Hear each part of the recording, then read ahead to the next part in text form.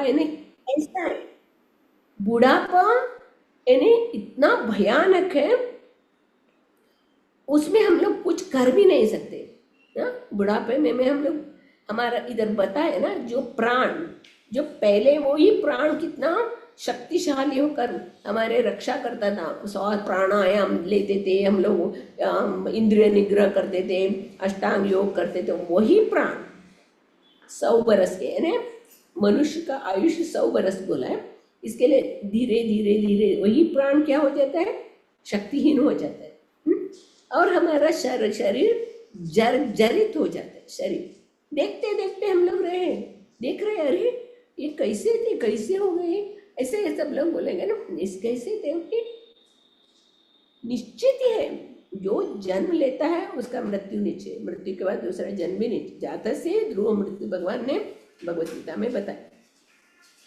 और इस मृत्यु के निकट आने पर भी हम लोग कैसे जीवन बिता रहे हैं, इसके बारे में इंद्र सुंदर प्रभुपाद जी ने बताया।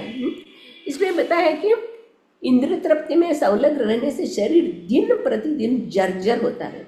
हम लोग इतने इंद्रिय तृप्ति में लगे रहते हैं, कंटिन्यूस इधर उधर का खाना, वो देखना, इधर का ये करना, सब एक भोगना, इंद्रिय तृप्ति करना। इससे क्या होता है, हमारा दिन प्रतिदिन शरीर जर्जर होता है। हम लोग देखते हैं ऋषि मुनि तपस्वी लोग किस तरह अपने इंद्रियों को निग्रह करते हैं, किस तरह अपने मन को भगवान के ध्यान में लगा रहते हैं।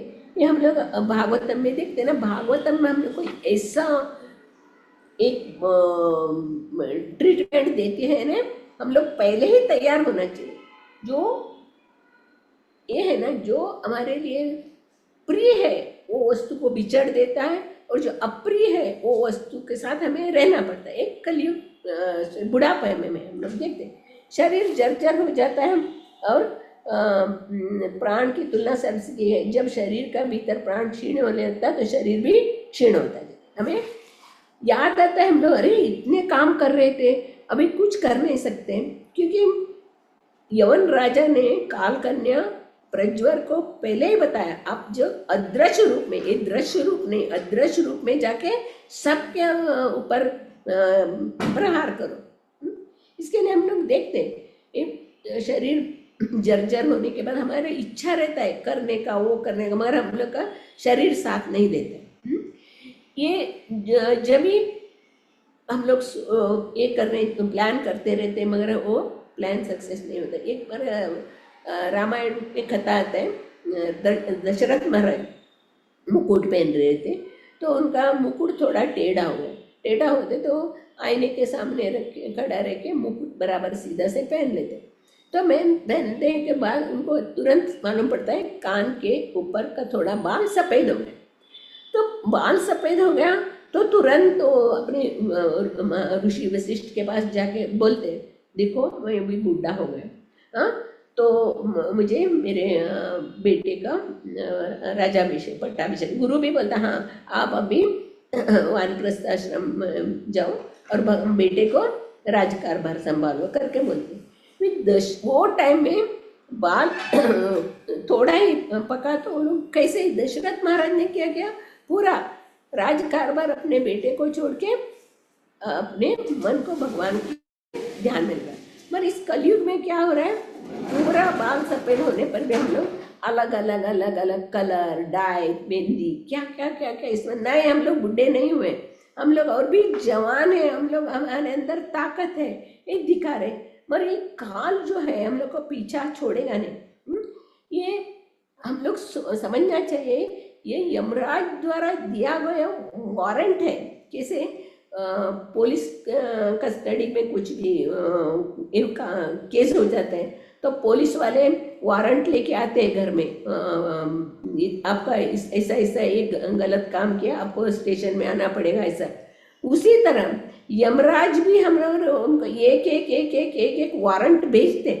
पहला वारंट बाल सफ़ेद हो गया, फिर भी हम लोग डाई कर रहे, फिर दांत गिरने लगा, नकली दांत लगाने लगे, आँख का ज्योति कमजोर हो गया, आँख का ऑपरेशन कर लिए, कान सुनने का कम हो गया, कान के मशीन लगाए। हाँ, हम लोग बुढ़े हुए समझते ही नहीं। हम लोग अपने आप नहीं, हम लोग सब ठीक है, हम लोग अच्छे। इधर शास्त्र द्वारा भागवतम द्वारा हम लोग सिखा रहे हैं आपको कैसे 50 वर्ष में क्या करना चाहिए आपको।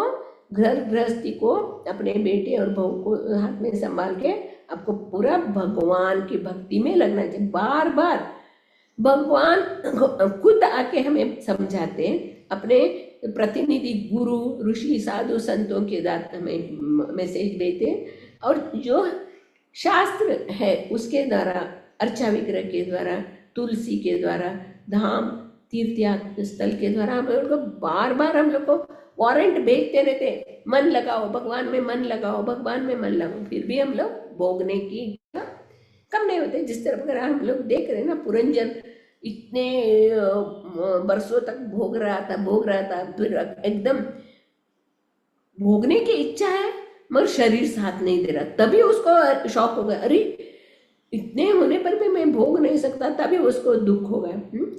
इसी तरह हमारे अंदर भी सतत भोगने की इच्छा बनी रहती है, मगर हम लोग हमारी इच्छा को भगवान की ओर मोड़ते नहीं। हम लोग को खुद खाना है, खुद इंद्रिय तृप्ति करना है, इसी के वजह से हम लोग हमेशा दुख भोगते रहते। अभी हम लोग को मृत्यु से कौन बचा सकता है? मृत्यु से बड़े बड़े विज्ञानी रहने दो, साइंटिस्ट रहने दो, बड़े बड़े ऋषि मुनि रहने दो, मगर कोई हमें मृत्यु से बचाने वाले, ये निश्चित है। जो निश्चित है उसके बारे में हम लोग जानने को तैयार नहीं, पर जो अनिश्चित है, शरीर के लिए हम लोग अलग अलग ये करेंगे, स्टाइल करेंगे, मेकअप करेंगे, और शरीर के लिए हम लोग अलग अलग तरह से संवारेंगे। पर ये शरीर क्या है, क्षणिक है, उधर ही छूट जाने वाले। पर आत्मा के लिए हम लोग कुछ नहीं करें। इधर भगवान हमें बुढ़ापा यानी सब छोड़ के भगवान की भक्ति में लग जाओ। हाँ, मेरे शरण में आओ, मेरे धाम में। मनुष्य जीवन का लक्ष्य क्या है? मनुष्य जीवन का लक्ष्य है हमें भगवत धाम जाना, ये तो हमारा लक्ष्य है। पर हम लोग वो मनुष्य जीवन का वो लक्ष्य छोड़ के बाकी सब हम लोग कर रहे हैं। अरे और भी टाइम है ना, इतने जल्दी क्या है, और भी टाइम है, करेंगे। चैंटिंग करना ना, अभी तक बुढ़े नहीं हुए और करेंगे। अगर बच्चे लोग करेगा तो मैं उनको बोलते हैं नहीं बुढ़ापा में करना है। एकादशी उपवास हमारे में बुढ़े लोग करते हैं, अभी जवान लोग भी नहीं करते, उपवास नहीं करते। ऐसे मूर्ख विचार हमारे लोगों में है। भगवान इतने हम लोग को दुख दे के हम लोग को दंड देते हैं, फिर भी हम लोग सुधारते नहीं। इधर हम लोग देख सकते हैं परीक्षित महाराज को तक्षक सांप का है ना, सांप ने काटा, तक्षक सांप ने, तो उनके परीक्षित महाराज का बेटा जन्मेजय एक सर्प यज्ञ करता है। सर्प यज्ञ में करके सब सर्पों को यज्ञ में डाल के मार देते हैं। फिर सर्प यज्ञ करते हो, तक्षक किधर है, तक्षक क्यों नहीं आया करके वो ब्राह्मण और जन्मेजय पूछते हैं। तो तक्षक ब्राह्मण बोलता है तक्षक इंद्र के सिंहासन के पीछे छुपा है। तो ब्राह्मण ये बोलता है इंद्र के साथ ही तक्षक को यज्ञ में स्वाहा करोगे। तो ब्राह्मण मंत्र बोलने लगता है इंद्र के साथ तक्षक को भी यज्ञ में स्वाहा होना चाहिए। तो इंद्र क्या करता है, तक्षक को छोड़ के पहले ही भाग जाता है। ये देखते, कोई हमें मृत्यु से बचाने वाले नहीं, भगवान के अलावा हमें कोई मृत्यु से रक्षा करने वाले। कितने भी भले हम लोग धनवान रहने दो, हम कितने ही भले हम लोग बुद्धिमान रहने दो, मगर ये मृत्यु से हमें बचाने वाला कोई नहीं है। इधर सुंदर रूपक के द्वारा प्रभुपाद जी ने हमें बताया। और क्या बता रहे, मृत्यु कहाँ होना चाहिए? इधर भागवतम में शास्त्र में दिया है, घर से दूर मृत्यु होना चाहिए। और कहाँ है ना, वृंदावन, मायापुर, जगन्नाथपुरी, द्वारका, रामेश्वर, ऐसे पवित्र स्थान में हम लोग को शरीर त्याग करना है। मगर ये कलयुग में सबके लिए वो इजी नहीं है, सरल नहीं है। तो प्रभुपाद जी ने क्या बताया हम लोग को? प्रभुपाद जी ने खुद वृंदावन रहने पर भी पाश्चात्य देश में जाके उनको पाश्चात्य यवनों को म्लेच्छों को उपदेश किया, हरि नाम का प्रचार किया। उसी तरह प्रभुपाद जी हमें बता रहे हैं, आप घर को ही वृंदावन बनो, घर में ही आप लोग सुबह उठ के चांटिंग, आरती, भागवत श्रवण, भगवत गीता श्रवण, प्रसाद, ये सब मंदिर में जो होता है, धाम में कैसा होता है, इसे अपने घर को भी धाम बनाओ। इसमें से आपको पूरा धाम में जो लाभ मिलता है वो भी इधर ही मिलेगा आपको। भगवान इधर भगवान का नाम लेते हैं, उधर भगवान रहते हैं। इधर भगवान बता रहे यम यम वापी स्मरण भाव। आप मनुष्य जीवन में स्टार्टिंग से क्या क्या क्या क्या क्या क्या करते आए, वही हम लोग को लास्ट में अंतिम में पिक्चर देता है। जन्माष्टमी प्रभु करके बॉम्बे में प्रभु जी थे, वो बहुत सुंदर ढंग से इस बुढ़ापा का वर्णन करते थे। बुढ़ापा है ना इतना खतरनाक है, कोई इस बूढ़े को देखना नहीं चाहते, रखना चाहिए नहीं चाहते घर में, तो उनको ये बूढ़े किट हो जाता है, वो भारी हो जाता है, ये क्यों मरता नहीं, ये क्यों करता नहीं, ऐसे हमेशा जवान जो रहते वो बूढ़े को तिरस्कार करते। मगर इधर हम लोग देख सकते हैं ये सत्य है, क्योंकि जन्म मृत्यु जरा व्याधि दुख दोषानुदर्शनम करके भगवान बता रहे, और ये भी बता रहे ये दुखालय है, ये दुख का आलय है, इधर सुख है ही नहीं, अशाश्वत है। तुम अगर मेरे शरण में मेरे शरण में आके मेरे ध्यान करोगे तो आप मेरे धाम में आओगे और मेरे साथ रहोगे। अगर आप मेरे ध्यान नहीं करेंगे तो आपको जीवन अशांत रहेगा, आपको कभी मनुष्य जन्म मिलेगा उसका भरोसा नहीं। फिर एक उदाहरण है, मैंने पहले भी आपको एक बार बताई थी, एक बुढ़ा मरने वाला रहता है, तो उसके 4 बेटे और रिलेटिव सब लोग उसके सामने आके पूछते, वो कुछ इशारा कर रहा है, तो उनको लगता है बाप की दर भी धन दौलत छिपा के रखा हो, उसको बताने के लिए बोल रहा है करके वो डॉक्टर को बुलाते हैं। डॉक्टर इसके लिए 1 मिनट के लिए उसको जरा होश में लाइए ना, वो कुछ बोल सके, वो कुछ बोलना चाहते हैं। तो डॉक्टर बोलता है बहुत खर्चा है, 1 लाख रुपए होगा, चलेगा 1 लाख रुपए तो 1 लाख रुपए, तो उसको जरा तो ये उसको होश में आके बात करने दीजिए करके बोलने के बाद डॉक्टर इंजेक्शन लगाते तो बुढ़ा चिल्लाता, अरे मूर्ख देखो वो बकरी झाड़ू खा रही है करके बोल के मर जाता है। यानी वो जिंदगी भर अपना घर, अपना ये सगे वाले, अपने रिश्ते नाते में पूरा लगा हुआ रहता है, उसको भगवान के बारे में कुछ ज्ञान ही नहीं रहता। आजकल कलयुग में लोग कान बंद कर दिए, भगवान का नाम उनको डिस्टर्ब होता है, वो डिस्को वो अच्छा लगता है उन लोगों को, वो अच्छा लगता है। भगवान का नाम वो क्या है, हम लोग को डिस्टर्ब होता है, क्योंकि माता जी के घर में भी हम लोग देखा, कभी कीर्तन कर रहे तो ऊपर वाले आके ये करते थे, कितना आवाज करते, कभी देखो आवाज करते। किधर भी कीर्तन होता है लोगों को सुनने में रुचि ही नहीं है, अरे कम से कम सुनो, वो भी नहीं, आप लोग डिस्टर्ब कर रहे हो। यानी ये भौतिक दुनिया में ऐसे ये प्रतिबंध, भगवान का नाम लेने में ऐसे प्रतिबंध हो रहा है ने, कैसे इन लोगों का उद्धार होएगा मालूम नहीं। जब प्रहलाद महाराज भी अपने शिक्षा में बता रहे, सब लोग संसार रूपी अंधकूप में ही प्रवेश करना चाहते हैं, सब संसार रूपी अंधकूप है, और चरवण यानी चबाया हुआ है चबाने का, चबाया हुआ है चबा रहे। कोई वन में जाके तपस्या करना, भगवान का नाम लेना, भगवान का धाम जाना, वो कोई सोचते भी नहीं, सभी लोग अंधकूप में, संसार रूपी अंधकूप में गिर रहे। और हम लोग इधर अलग अलग भागवतम के अलग अलग कहानी के द्वारा हम लोग देखते हैं,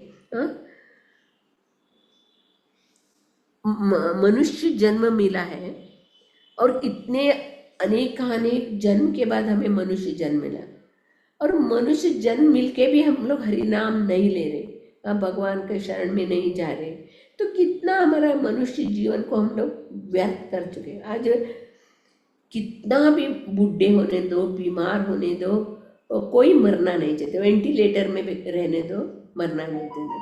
पर भगवान का नाम ले लो, भगवान का नाम ले लो, भगवान का नाम ले लो बोलने पर भी उसमें रुचि नहीं है। मेरे एक रिलेटिव कितना बोलती हूँ मैं, भगवान का नाम ले लो, माला दिया लो, क्या करो, माला हाथ में लेते ही गिर जाता है, माला लेते ही नींद आता है। मैं पर कुछ भी होने दो, बोलो ना, मुँह से बोलो बोलो, वरना नहीं, भगवान का नाम लेने में रुचि नहीं।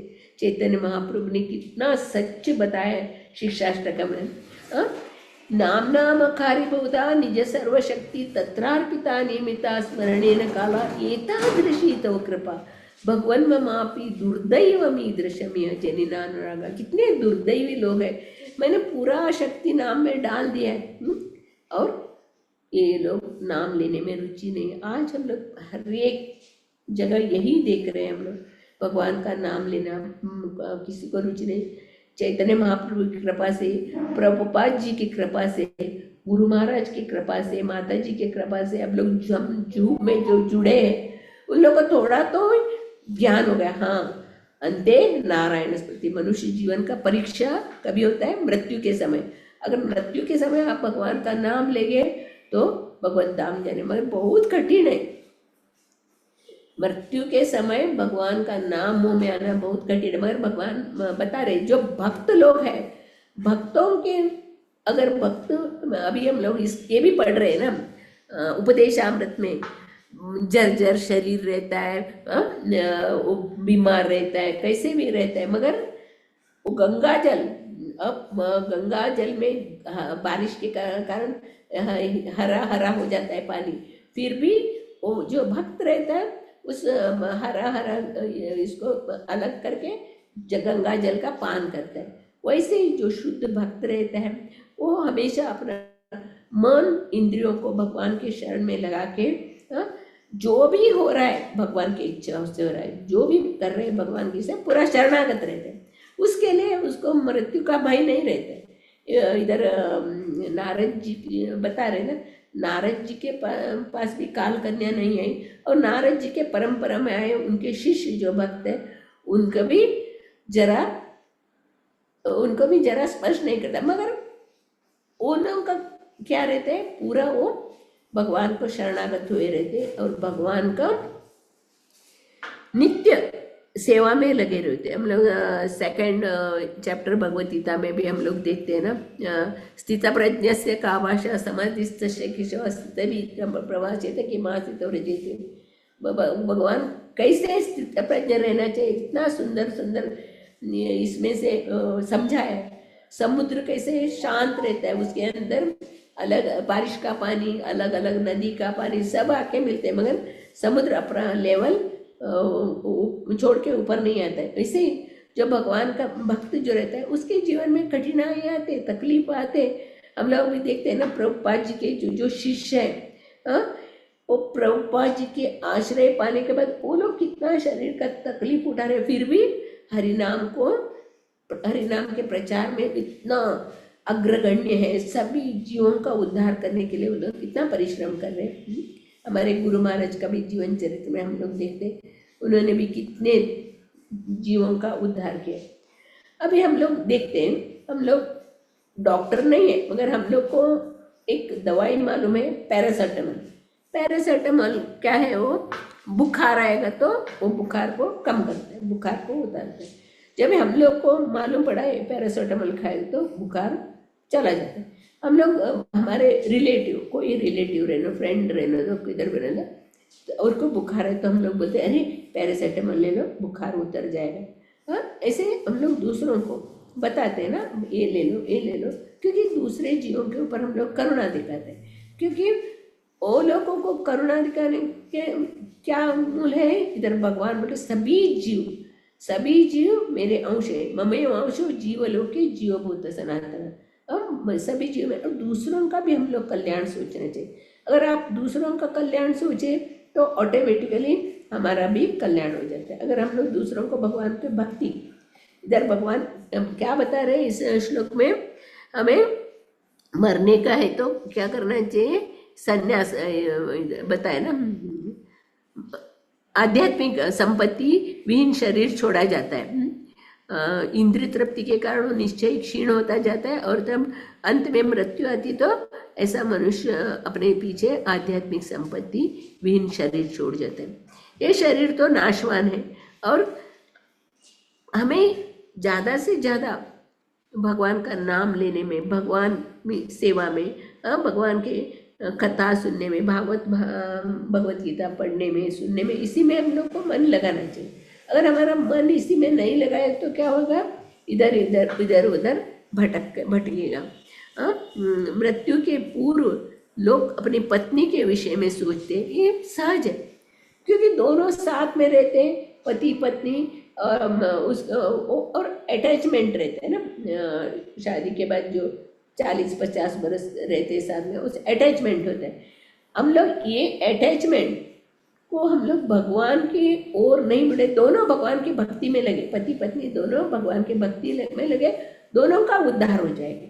मगर अभी कलयुग में हम लोग देखते हैं, कितने भी बुढ़े होने पर भी, कितने भी बुढ़े होने हाथ में मोबाइल रहेगा, टीवी देखते रहेंगे, न्यूज़पेपर वो पढ़ेंगे, क्योंकि भगवान में मन लगाना बहुत कठिन है। इस कलयुग में हम लोग देखते हैं सब लोग कान को बंद करके रखे, भगवान का नाम सुनने के लिए तैयार नहीं है।